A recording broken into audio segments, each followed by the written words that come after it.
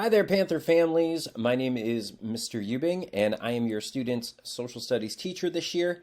And while I am disappointed that we can't all meet in person, I will be honest, there's also a piece of me that is very happy about that because, as I've told students in the past, the back to school night is one of the most scary times of the year for me. I am not the best at talking in front of people, and my students are like, "Well, what about us?" And I'm like, "Well, you're not people, you're kids." And it's very easy for me to do that, but when my room is filled with 30 parents, I get very, very nervous. So this, at least if I mess up, I can redo. So this might be the fifth or sixth take. Anyway, I just wanted to take a little time and tell you or introduce myself and what we're going to be doing in class this year. First of all, if you take a look at the wonderful picture right there, I started my year off introducing myself to my students with this picture of me in 8th grade, and I told them, "I know what you're thinking. That dude got all the ladies." And then that usually was laughter. It was very weird on the Zoom. You can see their faces. Many looked in horror and were terrified. But in all seriousness, there's a big reason why I do show them this picture of me, this embarrassing photo. And that's because the middle grades can be difficult. It was for me. And even though I am 40 years old, I still remember my 7th and 8th grade years like it was yesterday. And one of the reasons that I really do enjoy teaching this age is because every day is different, and you get them at a point that really is a pretty awesome time.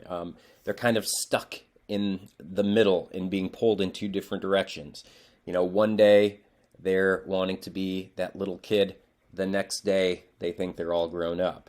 And so it really is a fun time in a student's life. And it's enjoyable for me to teach. I wouldn't want to teach any other age group. And again, one of the reasons I show this picture is because I tell them, you may have no problems whatsoever. You might love every day of school, but chances are there are going to be bad days and there are going to be good days.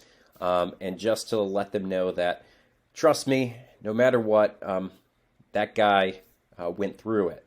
And so that if they ever have a problem, a concern, a question, that my door is always open and always available to talk. So, yeah, they usually start off just laughing at me, which is a good thing.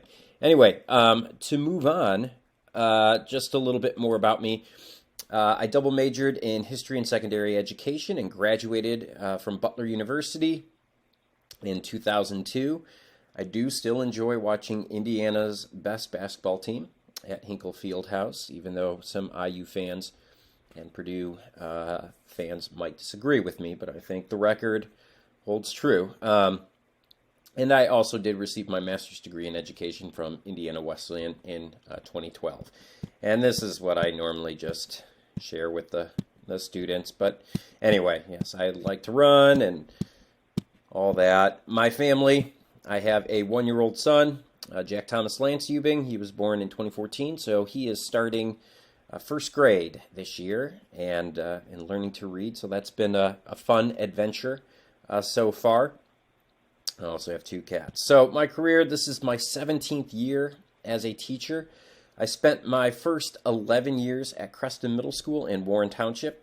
And Mr. Mankin was actually my principal for a few of those years at Creston. And when he moved up to HIJH here, he had a opening, and so asked if I wanted to take that, and I said absolutely. And so I've been here. This will be my 6th year at HIJH. I have taught both 7th grade and 8th grade U.S. history in my career.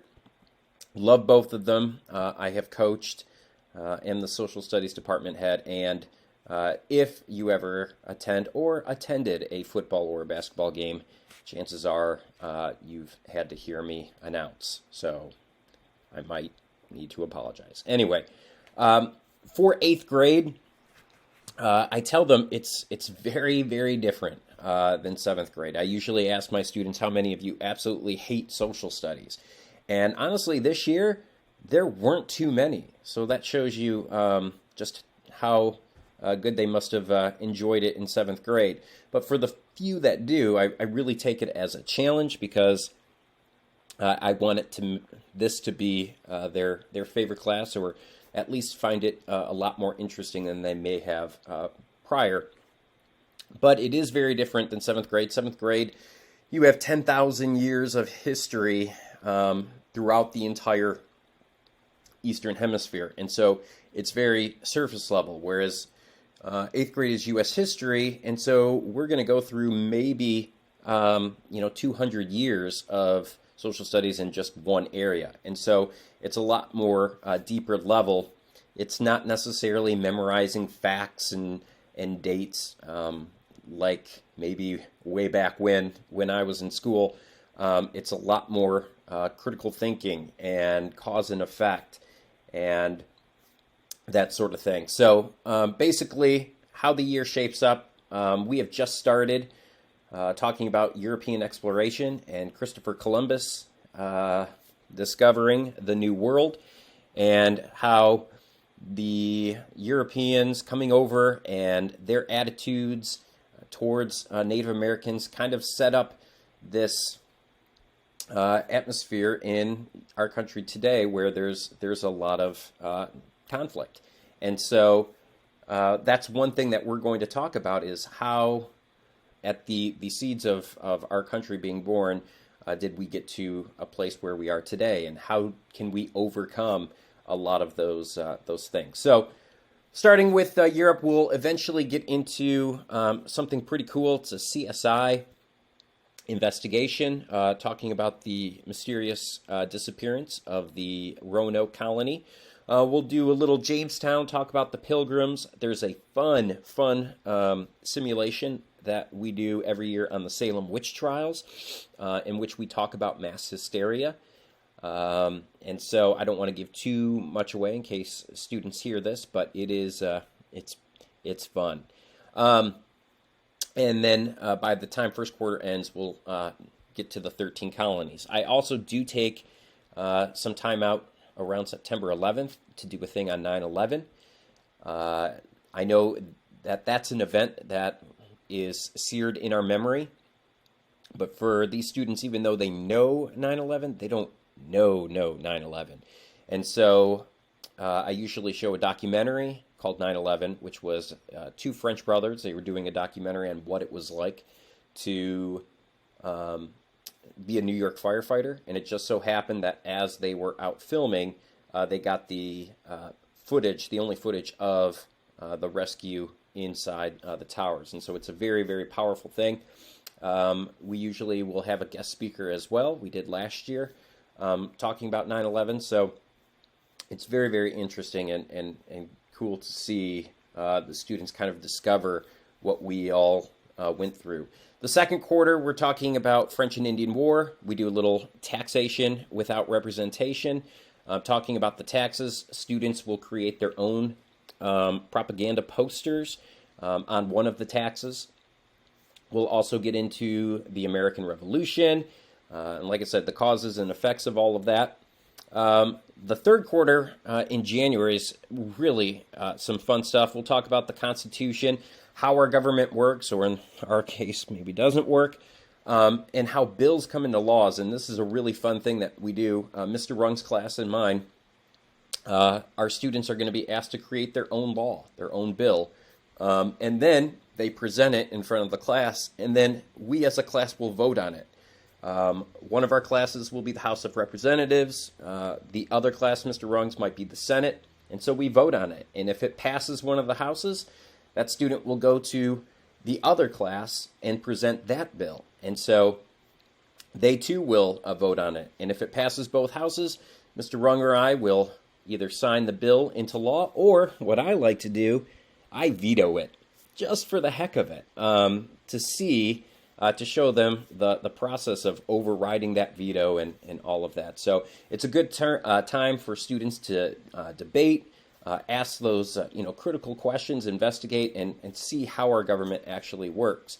And then we'll talk about the early presidencies. And then to wrap up the year, we'll get into the War of 1812, talk about the rise of the Industrial Revolution and the movement to the West, and end the year with the Civil War. And like it says there, throughout the year, we also take a look at the current events that are affecting our country today. And so here are some pictures from previous years in the top corner. Last year, it was a really cool thing, brand new. We had a colonial day, if you will. And so instead of just using, the textbook or doing notes, we wanted to kind of make it alive. And so we had our students, actually on the bottom right, we did a colonial game day where they did games that kids their age back in, the early to late 1700s, what kind of games they would do. So we had sack races and rolling the hoop, and it was a lot of fun. And then they, in turn, had to create their own kind of colonial game, which is in that the top left-hand corner. We do a lot of debates, which we had Mr. Rung's class versus my class in the top right-hand corner, and then you can also see on the bottom right-hand corner our guest speaker, Mr. Lamartz, who was a veteran but was serving over in Iraq, and he talked about his experiences, especially after 9/11. And so here's my contact information if you ever need anything. And I know it's a very odd time and situation, especially doing this virtual teaching. I think everyone didn't know necessarily what to expect. I will tell you, I have been nothing but impressed since the beginning. All of my students have been engaged. They have participated and are doing just a fantastic job. And so once the weirdness I was able to get over that, it's just been like normal. And while I do miss feeding off the energy of having the classes, I already can see students really learning, and it's awesome. You see them in the tiny little boxes, but what I try to do is make history come alive. I had great teachers and I had horrible teachers, and so I definitely remember what the good ones did, and I also remember what the bad ones did, and not to do that. And so I really try to be energetic, and I kind of sometimes I'm sure I've scared some parents already if they have been listening on the Zooms, because I will scream, I will sing, I'll do whatever it takes to entertain myself as well. But it's easy to see their learning taking place just with the critical thinking questions that they've come up with already. And even though it is virtual, the fact that we are creating breakout rooms where I've been able to go to different groups, hear them talk, hear them speak. They get to learn from each other and help each other out. And so it is a new thing, but it's an exciting thing. And I'm very proud to be your student's teacher. And it's not a job that I take lightly. I take great pride in it. And I thank you, and hope you enjoyed this little slice of my class. Again, if you ever have any questions, concerns, please reach out, and I hope you have a wonderful, wonderful day.